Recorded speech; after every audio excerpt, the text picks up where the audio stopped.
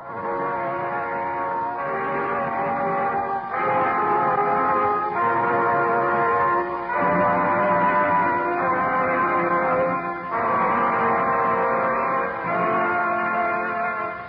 now present George Edwards in Frankenstein.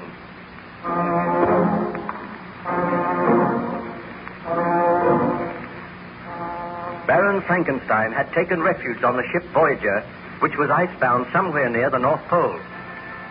The Baron was weak and ill, and the captain and his officers did their best to restore him to health.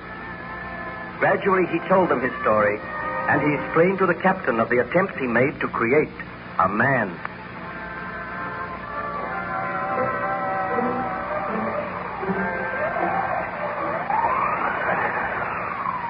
Do you feel able to tell me any more of your story now, Baron Frankenstein? Somewhere out in those white wastes, there is something which must be destroyed. The thought of it is driving me mad. If only I could regain my strength. If only I could continue my quest. Please do not distress yourself. The surgeon tells me that you are making an excellent recovery. I want to hear about your great experiment. Well, I told you how my fiancée, Elizabeth, and my friend Ernst Claval and myself waited in the laboratory during the violent thunderstorm, while up above us, exposed to the full fury of the storm, lay the lifeless body which I had made.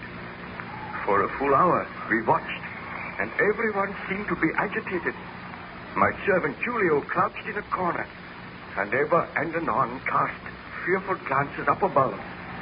At last the hour passed, and I motioned to Julio to move over towards the pulley.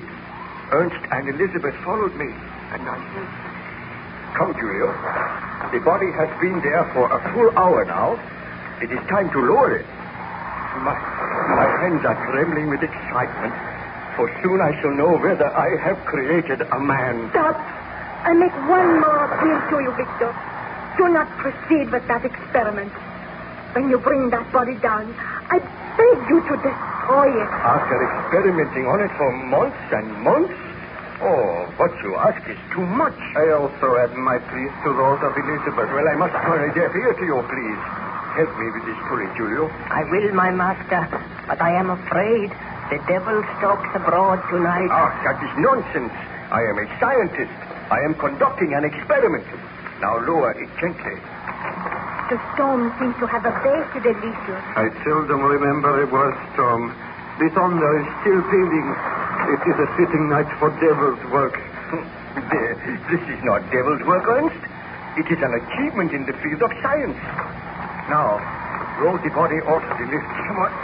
Gently, Julio. Over here. Fast hand. Close, all of you.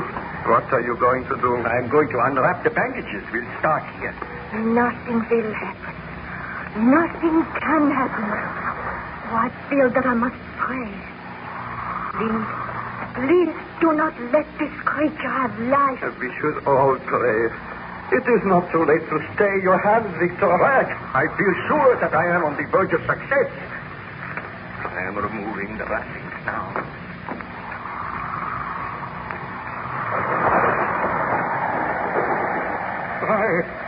Look! The storm is increasing again. It sounds almost as if the voice of the heavens is protesting. Look at the face. It is horrible. I did not mean the face to be like that. I thought it would be beautiful. The skin is all drawn tight. It is awful. Oh. This is ghastly. There is no sign of life. Wait. I will remove the other bandages. I have never seen such a hideous, bestial face. No creature like that could have life. Elizabeth, what ails you? Darling, I swear I saw them flutter. The eyelids did move. No. We must be dreaming. The eyes are open. The horrible creature is looking at us. No. It has closed its eyes again.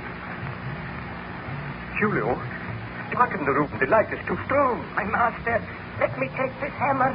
Let me destroy the creature. You heard my orders. Lower the light. I will obey. Look. It is raising one arm. It has life.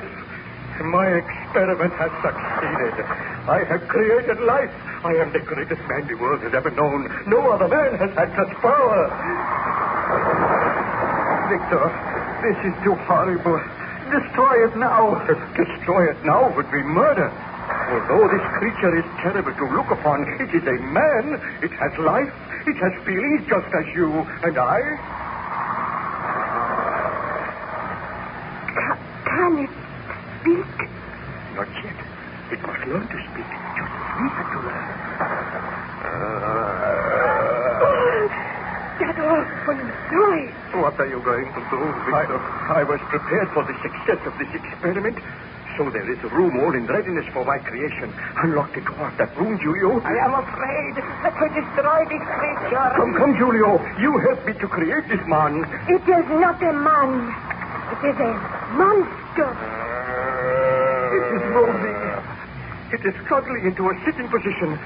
Have you unlocked the door of the room, Julio? I have, my master. Then help me. We will move the creature into its abode. We will lock it in there. It will be your charge until tomorrow, Julio.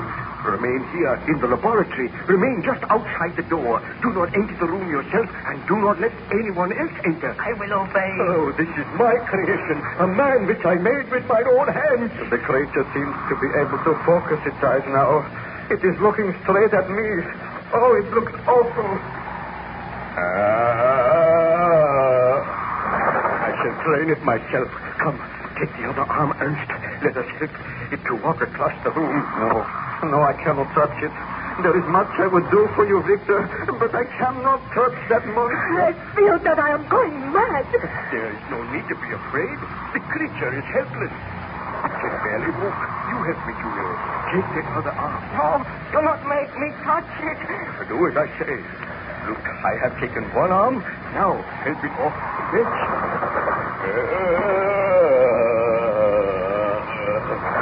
Take it across the room. Carefully. It can barely drag one leg after the other. I have never seen anything so horrible. I admit I am disappointed in the appearance of my creation. It seems that in gaining life, the skin has become stretched tight, and the features have coarsened. Still, the creature has life, and that is the main thing. Now we will place it in this room. Careful, Julio. Now, help me. Help me. Get it on the bed. The bed is not big enough.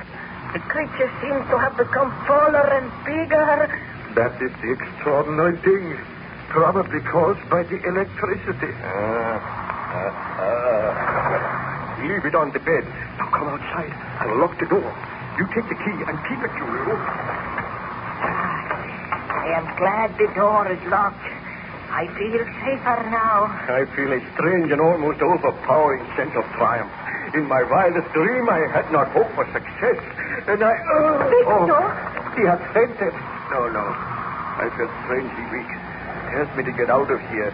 Let me go to my room. Baron Frankenstein, your story seems extraordinary. What became of the dreadful monster which you created? I felt weak and ill that night, and Elizabeth and Ernst helped me to my room. There I fell into a deep and troubled slumber. I awakened in the morning to find both Ernst and Elizabeth standing by the side of my bed. As soon as I saw them... Ernst? Elizabeth, what are you doing here? We were worried about you. Oh, I remember now. My great experiment was a success. I must go to the laboratory at once. Victor, I beg you to destroy that creature. Just as you gave it life, so you can take that life away. I know that you will never be happy while the creature lives, and I know that I can never be happy. For the sake of the love you bear me, for the sake of the happiness which we desire, I beg you to destroy the creature. Elizabeth is right, Victor. Your experiment was not altogether a success. You hoped to make something beautiful, and the result has been... A hideous monster. A monster which you cannot unleash upon the world, or it will be forever upon your conscience. Perhaps you are right. I know we are right. Please, Victor, if you love me, you will do what I ask. Well, I will dress at once, and then I will go over to the laboratory and make arrangements to do away with the monster. You shall come with me. I will not go. I will go with you, Victor. Good. Then if you wait for me downstairs, I will join you. It seems that you regretted your somewhat rash experiment, Baron Frankenstein. I did, Captain Wharton. And I feel happier when I had made up my mind to destroy my creation. I dressed hastily and went downstairs, where I found Ernst waiting for me. We walked across to the laboratory and entered the room, and then I called Julio! Julio! It is strange that he does not answer. I ordered him not to leave here. Look, the door of the room where you put the creature. There is no door there. It is wrenched off its hinges. What could have happened? Look, there in the corner. What is it? Let me see. Why, it is the broken body of Julio. The broken body of Julio? Yes, look for yourself. Oh, this is horrible. Let me look in that room. Is there anyone there? Why, the room is empty. I am too late. The monster has escaped, and in so doing, he has murdered my servant. I have unleashed a horror upon the world. I can speak no more of the matter at present, Captain Wharton. The memory of that horror is still too vivid. I beg of you, let me rest. Oh, I will let you rest, Baron Frankenstein. I feel that I have not the right to sleep. I should not rest, but I must regain my strength. Try and sleep now. I will send the ship's surgeon to you, and tomorrow I will come and speak with you again.